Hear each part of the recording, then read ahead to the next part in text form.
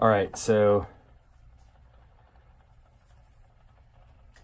now our size has turned from white to clear, and we're going to put on our first sheet. Now this stuff is incredibly delicate, somewhat difficult to work with. We're going to try and get your missing key moment. Now we're going to gently lay the sheet on.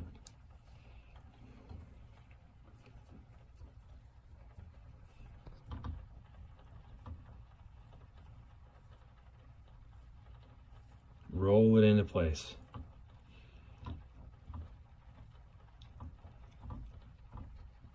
Try to make sure it gets tacked down well as we go.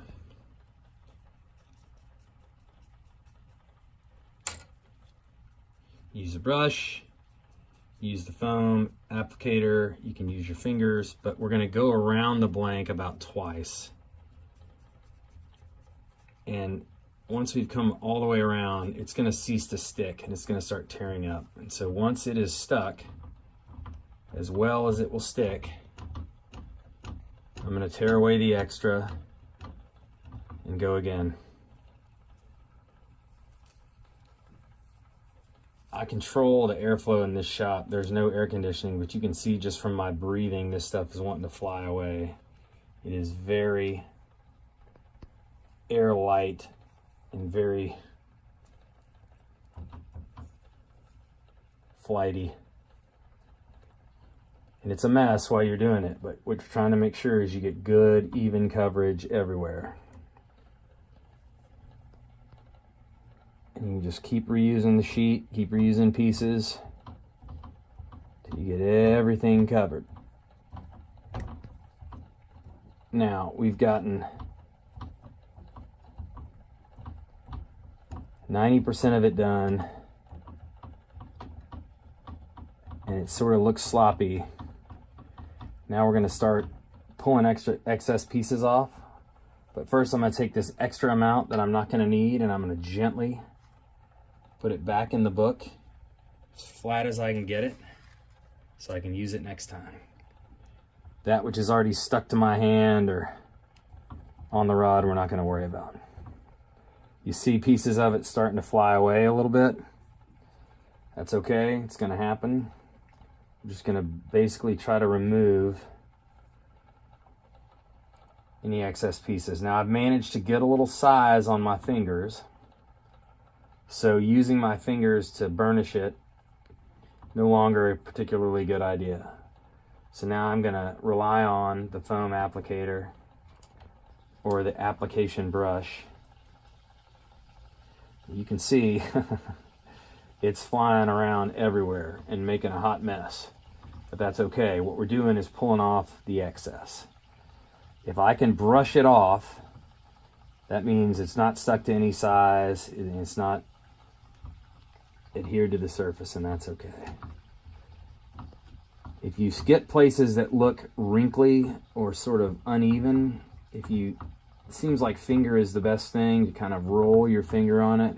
You want to be careful not to lift off what you've already applied, but it can be useful to kind of nail down everything that can come off.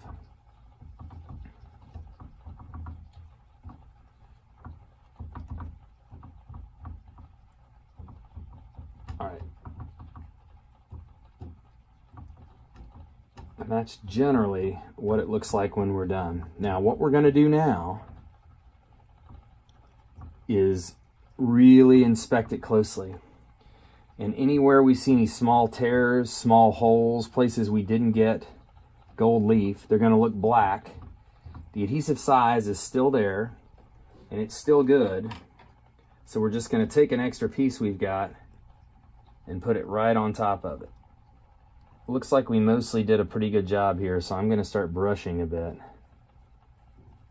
to remove excess.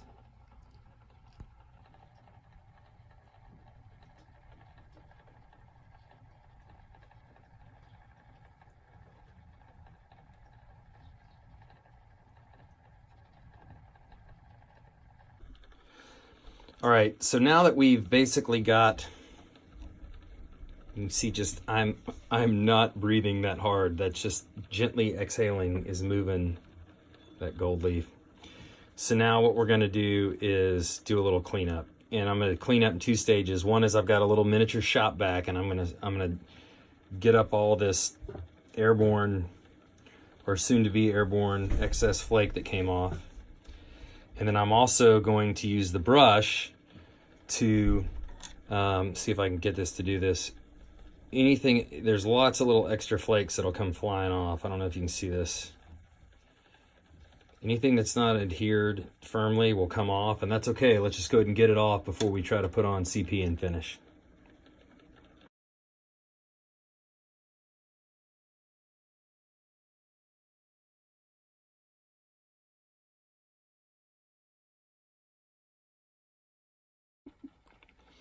All right, so hopefully that video showed up, but what I did was I turned on a small shop vac, and I was alternately brushing all the excess leaf off that I could, as well as using my finger to kind of burnish it down so that it was flat. So now what we've got, you can kind of see all the way around,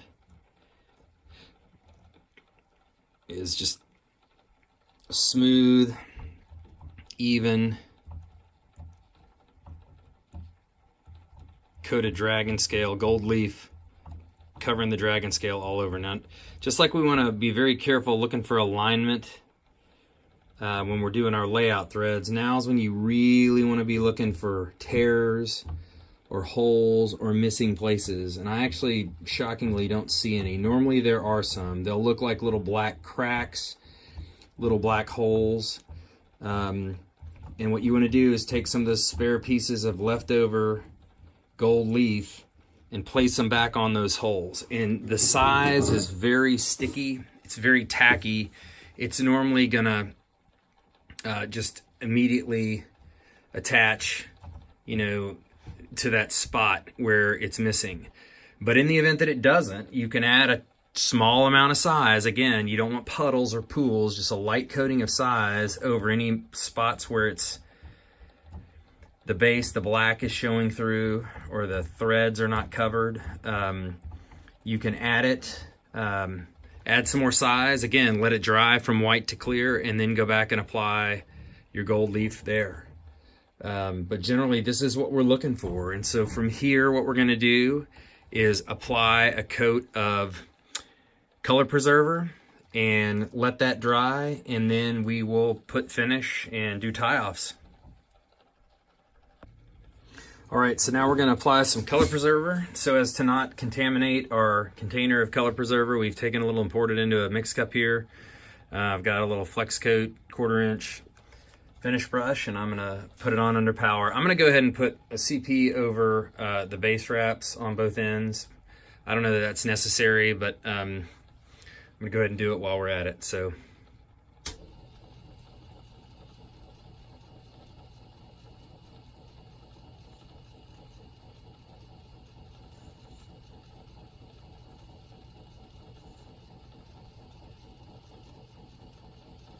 I'm using a really light touch with the brush and putting on, you know, a decent thickness coat. I don't want too much, I don't want too little. The purpose of this is really to seal it and kind of tack it all down. I'm probably okay just putting finish directly over it. I've been meaning to try. You don't try anything new when you're trying to make a video for a YouTube channel. You know, the risk would be that somehow the finish gets under the leaf and lifts it, or the finish somehow interacts with the size, that invariably some of it gets out on the wrap and you get fish eyes, contamination, I don't know. But you're basically looking to get just a complete seal coat with your color preserver. Now, I'm using Rod Dancer Chroma Seal. It's a really consistent product. I don't really like color preserver. I don't use it much. But when I do, the last couple of years I've been using this stuff, and it's real consistent, behaves the way I want it to, and when I need it, it works. The one thing that will happen sometimes is, I don't know if you can see this in a couple of these spots, it wants to kind of beat up and lift off the gold leaf. And it will do this a few times, but once it begins to thicken and set a little bit, and this is what leads me to believe finish directly over this might be a problem. The CP actually starts to get a little bit gluey, and it will not beat up and not peel back. It's normal. If I just left it, I don't know if you can see over here, if I just left it, it's really kind of beat it up. And that's not really how I want it to be. But if I keep, I don't need to use a whole lot more, but if I keep a decently wet coat and I just keep brushing here, it eventually stops beating, which I guess is because it starts to thicken and set, and that's what we want. And as soon as it's right and it's keeping a thick coat and completely sealing the gold leaf rather than beating up, like over here you see it's got a pretty even coat, and you can see over here it's kind of beat it up. We want to avoid bubbles. If you create any bubbles, pop them. You can pop them generally with the brush, or you can blow on them, but I'm just going to keep working on this stuff everywhere it's beat up to keep it from beating up.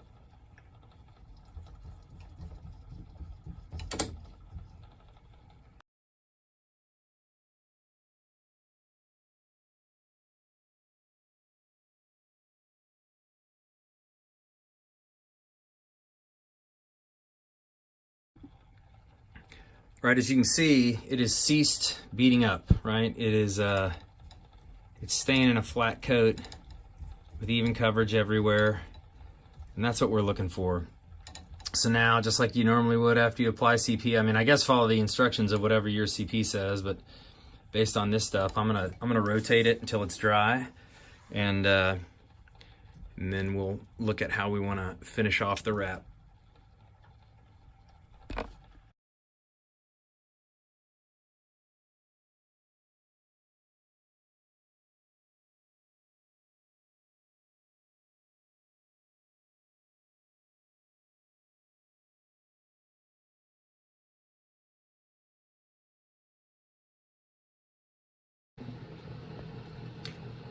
All right, so now we got our first coat of finish on. Let that cure, and we're about finished.